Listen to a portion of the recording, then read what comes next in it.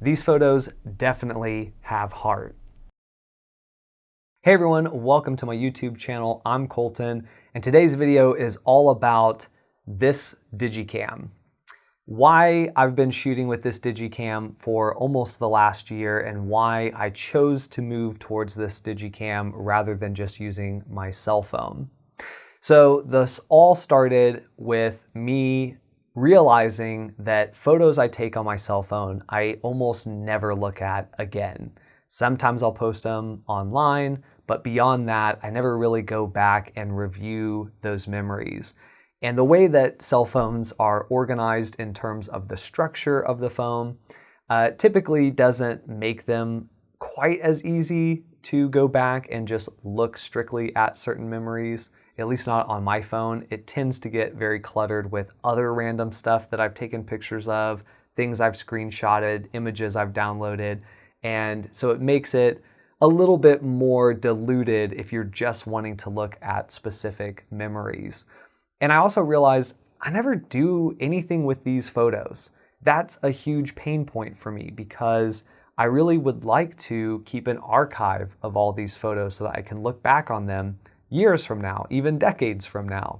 I'd love to be able to occasionally print photo books and have photo albums to look at these photos as well, or to share them with friends in a way that's a much easier process.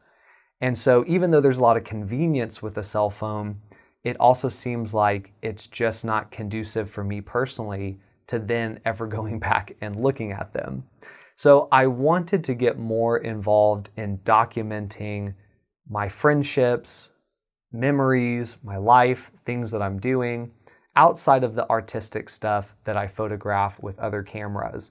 And so I thought and heard a lot about Digicams. So I picked this one up. Now I've had a few other Digicams and I'll share photos from all of these Digicams throughout this video. But I always come back to this Fujifilm because for me, it just seems to work the best. I know how to get what I want out of the camera and I like the images afterwards.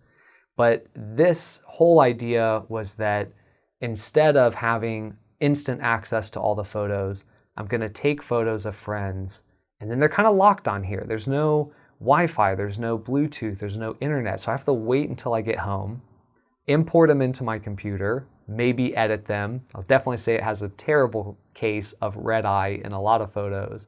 And then store them both locally on my computer in a file and also on Google Drive so that they're stored in the cloud. That way they're backed up, but also that way I can get to them from other computers, from my cell phone, whatever. And this has really worked well for me because number one, it allows me to take the photo. I still have this screen, even though this screen lies to me, I still can make sure that I at least ballpark got the photo right. And then when I go home, I get to revisit those photos and I get to truly see what they actually look like and enjoy the memory and get excited about it. Maybe do a few edits, maybe at the very least just remove the red eye.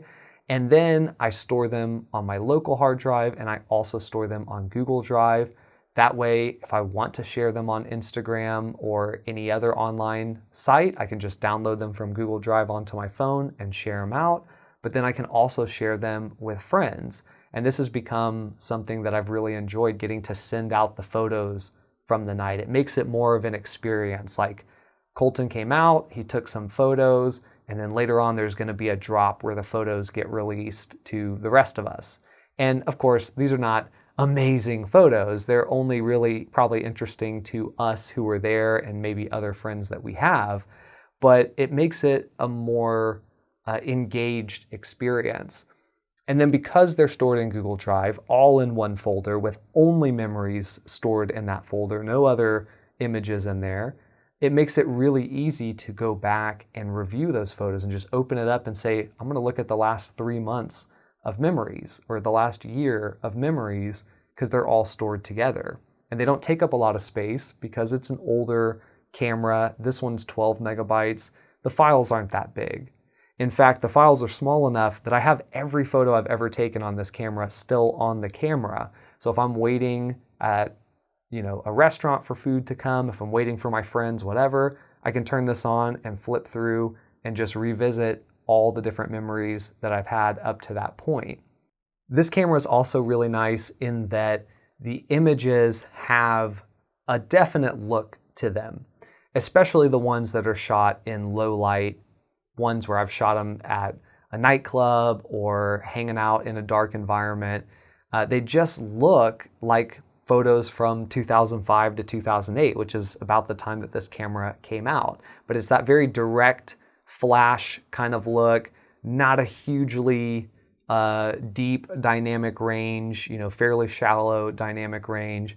And they just look really cool, in my opinion. They're fun. They're something different because cell phones are very clinical. They're very HDR. Let's get a huge depth of dynamic range and perfect images. And this is an imperfect image, but it feels like what it felt like to be there.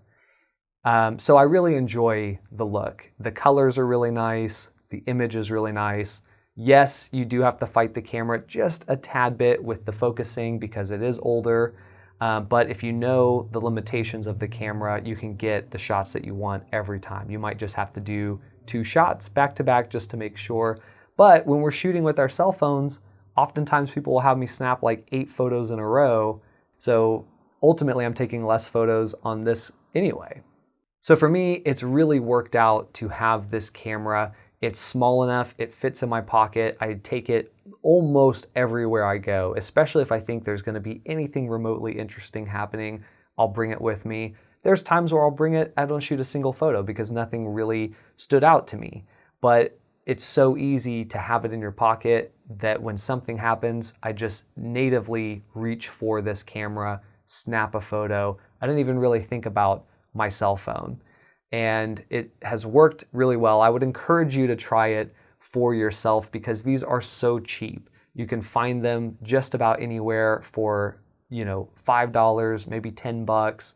And you might even have family or friends that have them laying around that will literally give it to you because they think it's worthless.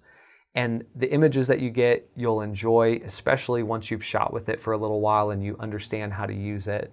I would also encourage you, don't do any research. I know I have a video, a Digicam buying guide. Watch that if you want, but at the same time, don't do research. Don't find the perfect Digicam. Just find whatever one is most available to you. They're cheap enough that if you hate it, you could just buy a different one. But part of the fun is that you're not getting the perfect camera. You already have essentially the perfect camera for documenting your friends. This is highly portable. You're definitely gonna have this with you no matter what, and it takes great images. But if you're gonna go the Digicam route, just find a random Digicam and just start having fun with it. So that's the video. A future video could be me flipping the table, flipping the script on myself, and doing a project where I only shoot with my cell phone and challenging myself to overcome the limitations that I experienced with the cell phone. So that could be a future video for the channel. But for now, it's all about this Digicam.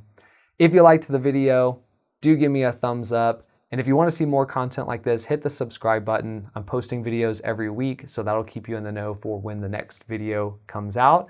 And if you do take some images on your Digicam, let me know in the comments below how it went, which one you're using, if you like it, if you don't like it, or even hit me up on Instagram, send me a DM with your favorite Digicam shot that you've ever taken, because I would definitely love to see the kinds of shots that you guys are getting as well. But otherwise, for now, I'm Colton. I'll see you in the next one.